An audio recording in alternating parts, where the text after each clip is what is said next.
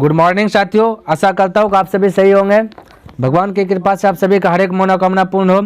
तो गाइज हमने क्या क्या था, आपको सेक्शन ए, सेक्शन बी में, सेक्शन ए में 60 प्रश्न, सेक्शन बी में 60 प्रश्न को हल करके बतला दिया था। और ये चल रहा है सेक्शन सी, जिनमें से 30 प्रश्न को कंप्लीट करवा दिया हूँ और आगे प्रश्न देखेंगे।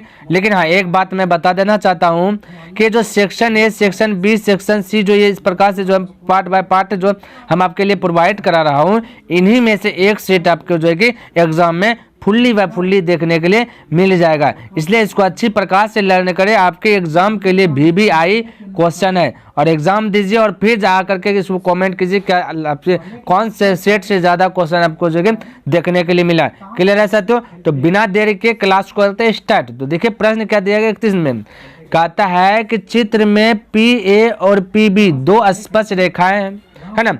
यदि कोण AOP 30 डिग्री तो कोण AOB क्या होगा। देखिए चित्र दिया गया है, क्या दिया गया, चित्र दिया गया। एक बार हम भी इस चित्र को क्या कर लेते हैं, डबल कर देते हैं। ये आपका जो है कि चित्र क्या क्या गाइज ये दे दिया गया है, ये आपको जो है कि चित्र दे दिया गया।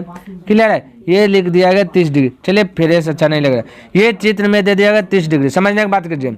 AOP यानी AOP की बात करें, ये 30 डिग्री दिया गया। पूछा AOB यानी गाइज आपसे जो प्रश्न में पूछ दिया गया कि AOB बताइए, यानी यहाँ से यहाँ तक कितना डिग्री एंगल बनेगा।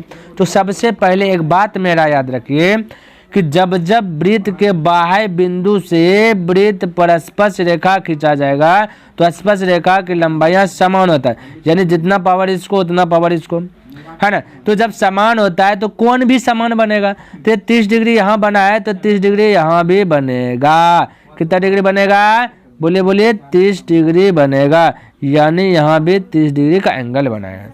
क्या मेरी बात समझ में आ रहा है? यदि आ रहा है तो कमेंट में लिखिए यस, ये भी 30 डिग्री बनेगा। या समझिए अब देखिए।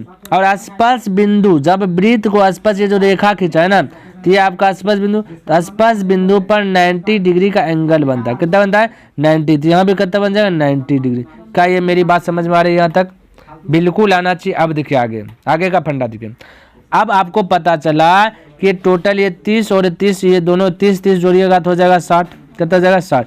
यानी कोण P आपका 60 है, ध्यान में रखें, है ना। कोण A ये आपका A आपका 90 है, B भी आपका 90 है। क्लियर है? अब देखिए हमें निकालना O, निकालना क्या, निकालना O। तो यहाँ पे समझने का प्रयास कीजिए ये फंडा क्या है। आप सबको पता है कि देखिए क्या पता है कि चतुर्भुज बन रहा है। कैसे भाई? तो यहाँ पे देखिए भाई चतुर्भुज कैसे बना है, इसको फॉलो कीजिए कि चतुर्भुज कैसे बन रहा है। देखिए एक कोण A, क्लियर, एक कोण P 2, एक है B 3, एक है O 4, यानी 4 गो है। क्लियर है? तो चतुर्भुज के चारों कोणों के योग 360 डिग्री होता है। कितना डिग्री? 360 डिग्री होता है। यानी कोण A प्लस कोण P प्लस कोण B प्लस कोण O को जोड़ दीजिएगा तो आंसर आएगा 360 डिग्री। क्या यहाँ तक मेरी बात समझ में आ रही है? बिल्कुल आना चाहिए। यदि आ रही है तो तुरंत कमेंट कीजिए यस सर, है ना। अब देखिए यहाँ पे कोण A आपको 90 डिग्री है। देखिए यहाँ पे इसको मिटा रहे हैं, क्या कर रहे हैं, मिटा देते हैं, फिर से लिख देते हैं। ये देखिए हाँ, कोण A प्लस कोण B प्लस कोण B प्लस कोण O। क्लियर है? ये तीनों को ऐड करेंगे तो 360 डिग्री आंसर आएगा। क्लियर है? तो यहाँ पे A पे बनेगा 90 डिग्री, है ना, B पे भी बनेगा 90 डिग्री। फ्रेश करके लिख ले, यहाँ होगा 30 डिग्री। क्लियर? अब समझने का प्रयास कीजिए। कोण A 90 डिग्री, तो यहाँ पे लिख देते हैं 90 डिग्री, है ना। एक सब पे कोण P कहता है प्लस ये 30 जोड़ दीजिएगा, दोनों 60 हो जाएगा ना। तो बोलिए कोण P 60 प्लस कोण B कहता है, बोलिएगा 90 डिग्री, है ना। अब प्लस कोण O ही निकालना है, बराबर कहता है 360 डिग्री। क्या मेरी बात यहाँ तक समझ में आ रही है? बिल्कुल आना चाहिए। अब ऐड कीजिए 90, 60 और 90 को जोड़िएगा तो जो 9 6 15, 15 9 हो जाएगा, कितना 15 9 हो जाएगा 24, यानी 240 प्लस कोण O इक्वल 360 डिग्री। किसी को दिक्कत? कोई दिक्कत नहीं। अब बोले कौन ओ बराबर ये 360 ये 240 इधर चल जाएगा माइनस हो जाएगा, तो 360 में 240 घट जाएगा तो 120 डिग्री, यानी कि आपका राइट आंसर 120 हो जाएगा। कौन ए का वैल्यू 120, जो ऑप्शन नंबर सी करेक्ट हुआ। क्या मेरी बात यहाँ तक समझ में आ रही है?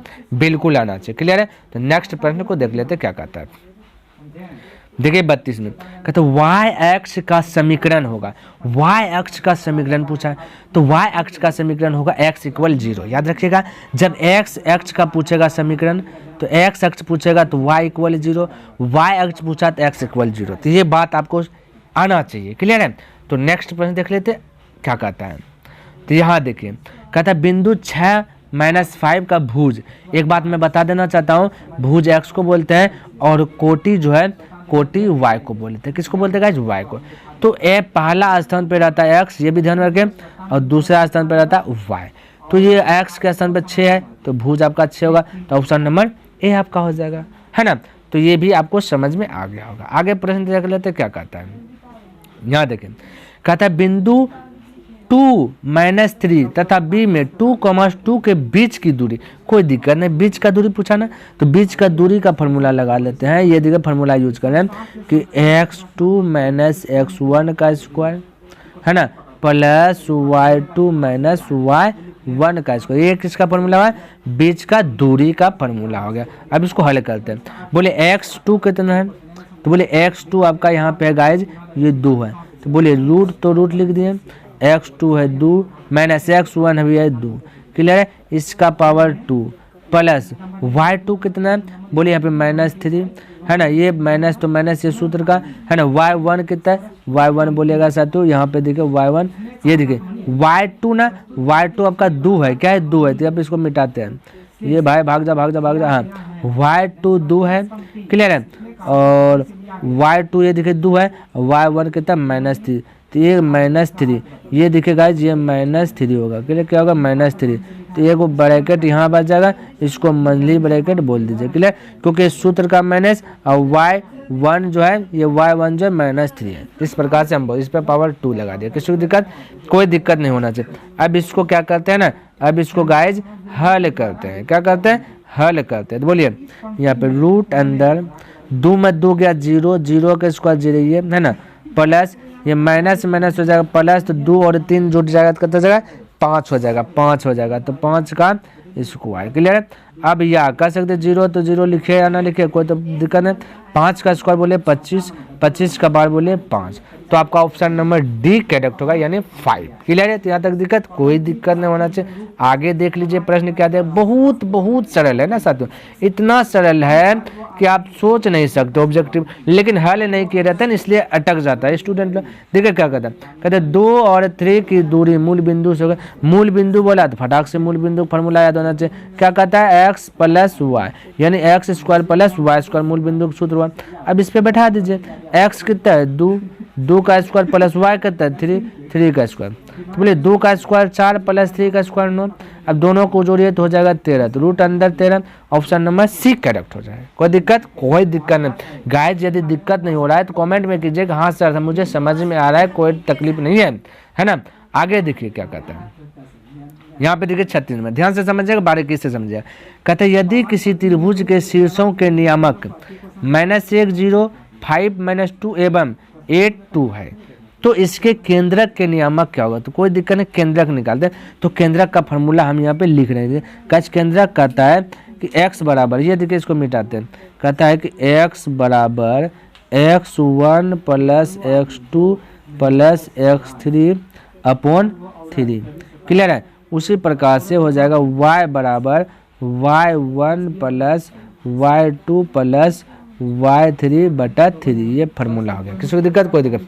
अब वैल्यू पुट कीजिए गाइज, x1 पहला होगा x1, क्लियर है, पहला क्या होगा x1 होगा, है ना। अब देखिए पे x1 कितना हो गया आपका गाइज, ये भाई -1 भाई -1 प्लस देखिए x2 कितना हो जाएगा, ये वाला देखिए ये वाला अगर x2 होगा ये वाला के साथ है ना, x2 होगा 5 तो ये 5 प्लस x3 कितना होगा, x3 होगा 8 तो यहाँ पर लिख दे 8। क्लियर है? अपॉन कितना है 3 है, ये x बराबर। क्या मेरी बात यहाँ तक समझ में आ रही है? बिल्कुल आना चाहिए। अब इसको हल ही कर लेते पहले, उसके बाद x बराबर बोले 8 5 13 जुट जाएगा 13 में एक घट जाएगा, 13 में क्या हो जाएगा, एक घट जाएगा, बचेगा 12, 12/3 तो कट गया 4, यानी x का वैल्यू क्या निकल गया 4।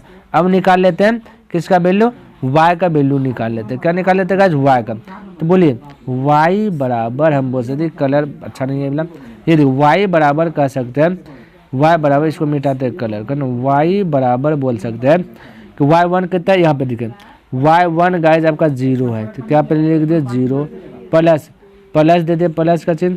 अच्छा y2 देखे, y2 आपका इधर, ये y1 ये y2 है -2, क्या बोलिए -2 दे दिए, ये ब्रैकेट से दे दे, प्लस y3 देखिएगा 2 है, क्या है 2 है, तो अब दे दिए 2 अपॉन 3 तो 3 है ना। अब बोलिए इक्वल, ये -2 + 2, क्योंकि 0 को ऐड कीजिए ना कीजिए, बात तो क्या होगा ना, बरोबर ही होगा ना, 0 को लिखे ना लिखे, बात तो क्या होगा, बरोबर ही होगा।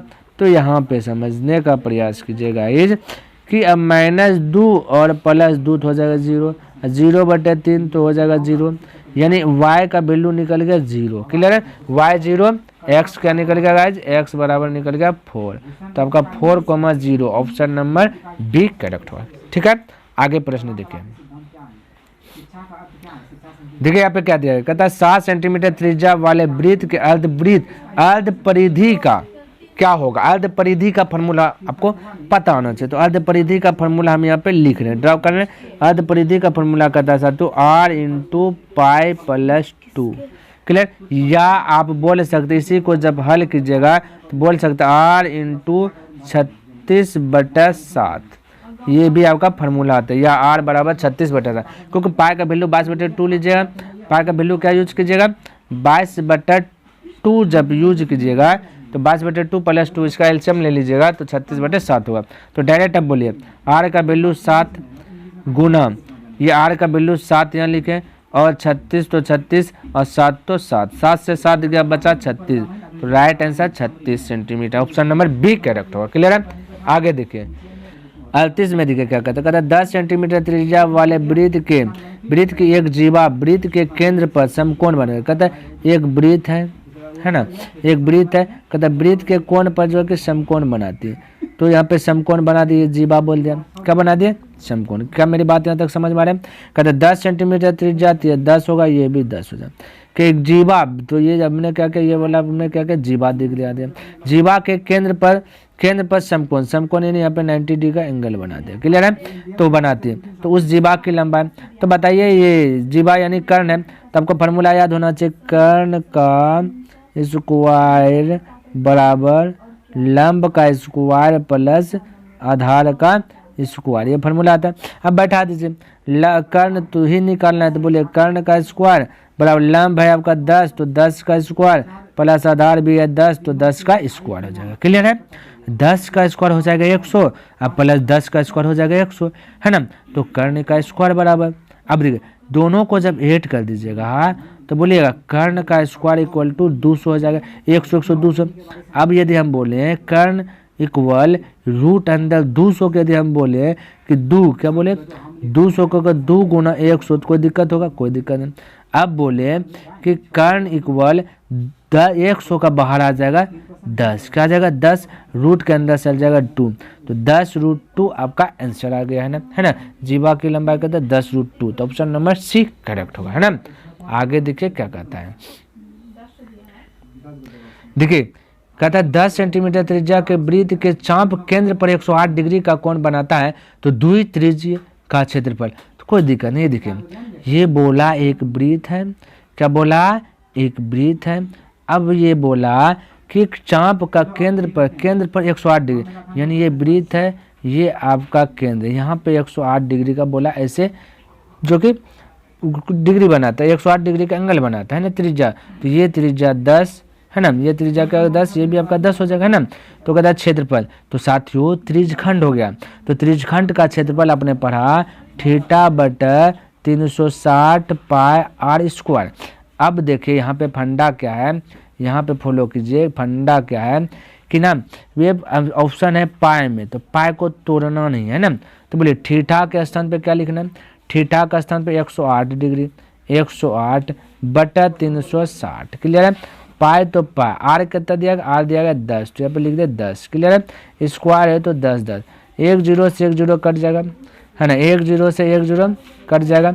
अब देखिए 18 से कटा, 18 दूना 36, 18 दूना 36, ये 18 से कटा, 18 छके 108, 18 छके कितना होगा 108 होगा। अब बोलिए 2 से कटे, 2 1 2, 2 3 6, अब 3 गुना 10 कीजिए 30 हो जाएगा। और इधर क्या है, ये गाइस पाई है, ये क्योंकि जीरो कट गया, ध्यान रखिए यहाँ बचा पाई, तो 30 पाई आपका आंसर हो जाएगा। तो राइट आंसर क्या है 30 पाई, यानी ऑप्शन नंबर सी करेक्ट होगा। क्या है अब तक प्रॉब्लम, कोई प्रॉब्लम नहीं होना चाहिए, ठीक है। आगे देखिए क्या कहते हैं, तो ये देखिए साथियों 40 नंबर प्रश्न क्या दिया गया, बहुत आसान है, इसको याद रखना। कहते हैं निश्चित घटना की प्रायिकता होती है। निश्चित घटना का प्रायिकता, तो गाइज हम बता देना चाहता हूँ कि निश्चित घटना का प्रायिकता 1 होता है। यदि अनिश्चित पूछ देता तो उसका 0, या निश्चित पूछा तो 1, यदि संभव भी पूछता तो 1, असंभव पूछता 0, अनिश्चित पूछता 0। तो यहाँ पे निश्चित पूछा तो आंसर 1 हो जाएगा, क्लियर।